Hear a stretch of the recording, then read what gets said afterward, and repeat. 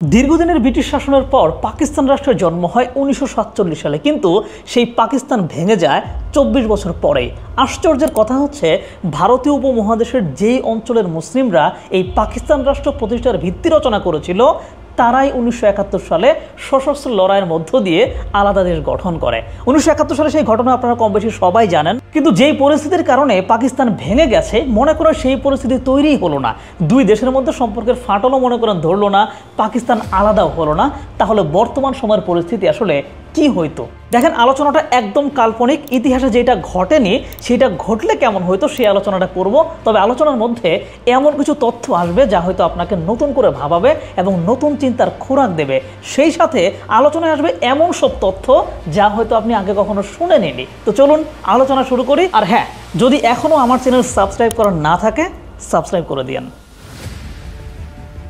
প্রথম বিষয়, 1957 সালের পরে এই অঞ্চলে ব্রিটিশ কোম্পানির শাসন শুরু হয় এবং তখন ভারতের হিন্দু সমাজ খুব দ্রুত সময়ের মধ্যেই কিন্তু ব্রিটিশদের সাথে মিশে যায় এবং ইংরেজি ভাষা শিখে ব্রিটিশদের অধীনে বড় বড় চাকরি এবং ব্যবসা করতে শুরু করে।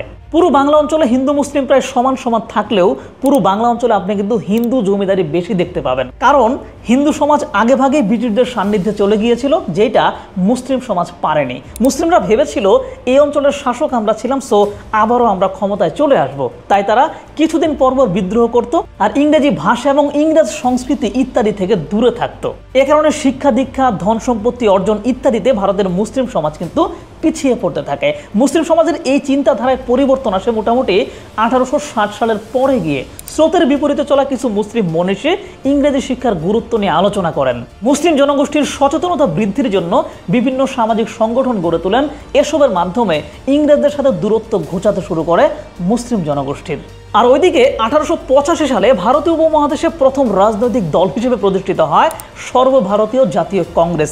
এই দলটা সর্বভারতীয় নাম ধারণ করলেও মূলত এই দলের মূল নেতৃত্ব ছিল ভারতের হিন্দু নেতাদের হাতে। এই দল ভারতীয় অঞ্চলের মানুষের জন্য নানান দাবি দাওয়া ব্রিটিশদের কাছে উত্থাপন করতে থাকে।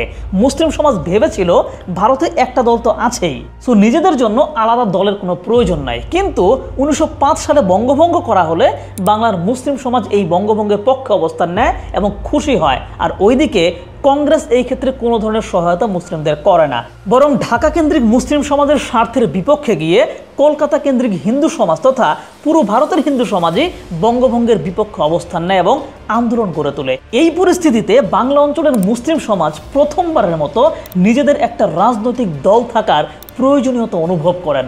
শুধু নিজেদের জন্য বললে ভুল হবে, আসলে পুরো ভারতের মুসলিমদের জন্যই। এবং 1906 সালে ঢাকায় প্রতিষ্ঠিত হয় নিখিল ভারতীয় মুসলিম লীগ। একটু খেয়াল করেন, ভারতীয় উপমহাদেশে কিন্তু মুসলিম জনগোষ্ঠী বিভিন্ন প্রান্তে ছিল, কিন্তু কেউই কিন্তু রাজনৈতিক দল গঠন করেনি। একই বছর পাঞ্জাবে একটা মুসলিম সংস্থা গড়ে তোলা হলেও তা সর্বভারতীয় ছিল না। ঢাকা থেকেই পুরো ভারতীয় অঞ্চলের সকল মুসলিমদের স্বার্থ রক্ষার জন্য রাজনৈতিক দল হিসেবে এই মুসলিম লীগ গঠিত হয়, যেটি প্রতিষ্ঠার নেতৃত্ব দেন ঢাকার জমিদার নবাব সলিমুল্লাহ। সেই দলের প্রতিষ্ঠার শুরু থেকেই ভারতীয় নানা প্রান্তের গণ্যমান্য মুসলিম নেতারা এতে যোগ দেন। মানে পুরো ভারতের মুসলিমদের একটি রাজনৈতিক ছাতার নিচে নিয়ে এসেছিলেন ঢাকার মুসলিম নেতা নবাব সলিমুল্লাহ। অবশ্য তার সাথে মুসলিম নেতা সৈয়দ আহমদ, আগা খান ইনারাও ছিলেন, তবে মূল ভূমিকায় ছিলেন নবাব সলিমুল্লাহ। এবং এই দলটাই পরবর্তীতে পাকিস্তান প্রতিষ্ঠায় নেতৃত্ব দেয়। কিন্তু হালকা ঝামেলা হচ্ছে, দল ঢাকা থেকেই গড়ে ওঠে, কিন্তু 1920 সালের পরবর্তীতে এই দলের সর্বোচ্চ পর্যায়ের প্রায় সকল নেতা আসে পাঞ্জাব অঞ্চল থেকে বা পশ্চিম পাকিস্তান অংশ থেকে। এর পেছনে একটা কারণ আছে। আগেই বলেছি যে ব্রিটিশ আমলে কিন্তু বাংলার মুসলিমরা শিক্ষা দীক্ষায় শুরুতেই পিছিয়ে পড়ে, কিন্তু এই জায়গায় মুসলিমদের মধ্যে শিক্ষা দীক্ষায় এগিয়ে গিয়েছিল পাঞ্জাব বা পশ্চিম অঞ্চলের মুসলিমরা। তাদের মধ্যে অনেকে কিন্তু বিলেতে গিয়ে পড়াশোনা করেও এসেছেন। এবং যখন ভারতের শাসনতন্ত্র কেন্দ্রিক নানান আন্দোলন শুরু হচ্ছিল, তখন কোয়ালিফাইড ওইসব মুসলিম নেতারা ভারতে ফিরে এসে রাজনীতিতে যুক্ত হন এবং স্বাভাবিকভাবে মুসলিম লীগের রাজনীতিতে যুক্ত হন। মানে ঢাকা থেকে গড়ে ওঠে একটা রাজনৈতিক দল সারা ভারতের মুসলমানদের প্রাণের দলে পরিণত হয়। তো ব্রিটিশ ভারতে যখন স্বাধীনতা আন্দোলন শুরু হয় তখন কংগ্রেসের একটা বড় অংশ অখণ্ড ভারত প্রতিষ্ঠা করতে চেয়েছিল, কিন্তু কংগ্রেসের নেতাদের সার্বিক আচরণ আবার মুসলিমদের স্বার্থ রক্ষা করছিল না। এইটা দেখে মুসলিমরা হিন্দু সমাজের সাথে কংগ্রেসের নেতৃত্বে অখণ্ড ভারতে থেকে যেতে স্বাচ্ছন্দ্য বোধ করছিল না। নেহেরু রিপোর্টে যখন শুধুই হিন্দু স্বার্থের প্রতিফলন হয় তখন মুসলিম নেতারা সিদ্ধান্ত নিয়ে ফেলে যে তারা আলাদা রাষ্ট্র পাকিস্তান গঠন করবে, কারণ অখণ্ড ভারতে মুসলিমরা সংখ্যালঘু হয়ে যাবে এবং এতে করে নিজেদের স্বার্থ রক্ষিত নাও হতে পারে। ফলে মুসলিম জনগোষ্ঠীর জন্য আলাদা রাষ্ট্র পাকিস্তান আন্দোলন গড়ে উঠতে থাকে এবং এই আন্দোলনে নেতৃত্ব দেয় রাজনৈতিক দল মুসলিম লীগ। 1930 সালের পরের সময় যখন এই পাকিস্তান দাবি প্রবল হতে থাকে তখন কিন্তু এই মুসলিম লীগের নেতৃত্বে চলে এসেছেন পশ্চিম অঞ্চলের মুহাম্মদ আলী জিন্নাহ এবং লিয়াকত আলী খান। শিক্ষা দীক্ষা, অভিজ্ঞতা সব দিক দিয়ে তারা ছিলেন ব্যাপক কোয়ালিফাইড। আর এই পাকিস্তান আন্দোলনে বাংলা অঞ্চলের মুসলিমরা কিন্তু ব্যাপকভাবে অংশ নেয়। এই অঞ্চল থেকে ওই সময়কার মুসলিম নেতা ছিলেন হুসেন শহীদ সোহরাওয়ার্দী, খাজা নাজিমউদ্দিন এরা। কিন্তু যখন ভারত ভাগ হয় মানে 1947 সালে, সে সময় সবচেয়ে প্রভাবশালী দুইজন নেতাই ছিলেন পশ্চিম পাকিস্তান অংশ থেকে, মানে পাঞ্জাব থেকে। সুতরাং পাকিস্তান প্রতিষ্ঠার পর নতুন দেশের প্রধান দুই ক্ষমতাবান মানুষ আসলো পশ্চিম পাকিস্তান থেকে, তাই সুযোগ সুবিধায় পশ্চিম পাকিস্তান এগিয়ে থাকবে, এটাই তো স্বাভাবিক। আবার সেই বছরই পাকিস্তানের সেনাবাহিনী গঠিত হয়। মূলত ব্রিটিশ ভারতের সেনাবাহিনীর একটা অংশ নিয়েই এই সেনাবাহিনী গঠিত হয়েছিল। কিন্তু দুঃখের বিষয়, ব্রিটিশ ভারতীয় সেনাবাহিনীতেও বাঙালি প্রভাবশালী সেনা অফিসার খুব একটা ছিল না, যারা কিনা নতুন রাষ্ট্র পাকিস্তানে বাংলাদেশ অংশের হয়ে প্রভাব রাখবে। তাই নতুন রাষ্ট্র পাকিস্তানের সেনাবাহিনীতেও পাঞ্জাব রেজিমেন্টের দক্ষ সেনা অফিসাররা মূল দায়িত্বে চলে আসে। মানে বুঝতেই পারতেছেন যে নতুন রাষ্ট্র পাকিস্তানের প্রশাসন এবং সেনাবাহিনী কোনো জায়গাতেই বাঙালিরা প্রভাবশালী হইতে পারলো না। কারণ সত্যি কথা বলতে পাঞ্জাবের মুসলিম জনগোষ্ঠীর তুলনায় আমরা কোয়ালিটিতে পিছিয়ে ছিলাম, অথচ পাকিস্তান প্রতিষ্ঠার দাবি উত্থাপন করার রাজনৈতিক দলটা গঠন হয়েছে আমাদের বাংলাদেশেই। মানে 1900 সালের দিকে বাংলাদেশের মানুষের অবস্থান যা ছিল, 1947 সালের দিকে এসে সেই অবস্থার অবনতি হয়েছে।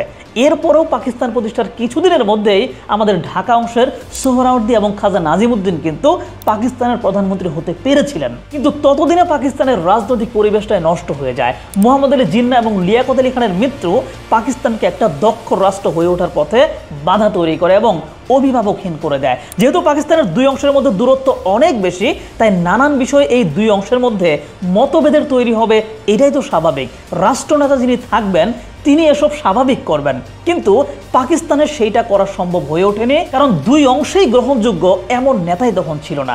এজন্য একের পর এক ঝামেলা বাঁধতে থাকে, দুই অংশের মধ্যে দূরত্ব বৃদ্ধি পেতে থাকে, অবিশ্বাস জন্ম নেয়, অধিকার আদায়ের জন্য আন্দোলন শুরু হয়ে যায়। এক পর্যায়ে এসব সামাল দিতে না পেরে সংঘাতে জড়ায় এই দুই অংশ এবং 1971 সালে পাকিস্তান ভেঙে যায়।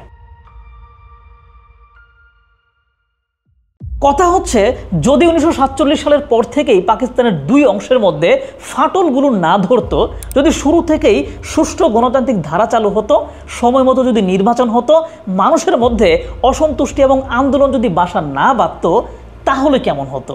সেক্ষেত্রে একটা প্রবল সম্ভাবনা ছিল কিছুদিনের মধ্যেই পুরো পাকিস্তানের নিয়ন্ত্রণ আবার বাংলাদেশ অংশের হাতে চলে আসার।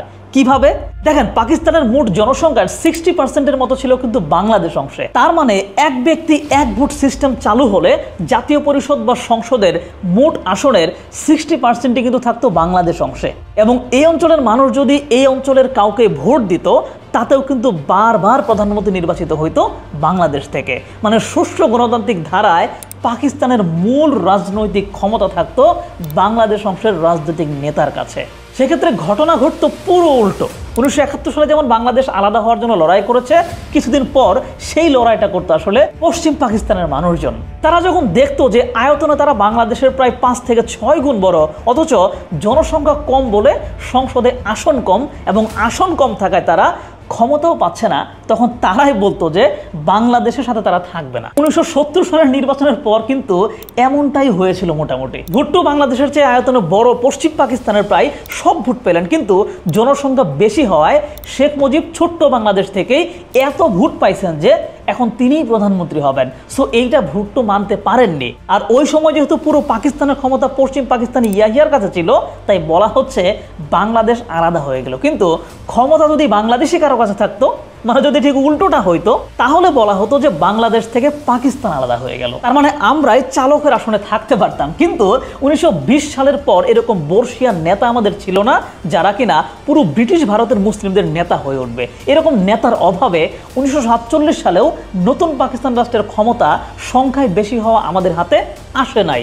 আমাদের কপালে এসেছে নানান ষড়যন্ত্র, দুঃখ আর দুর্দশা।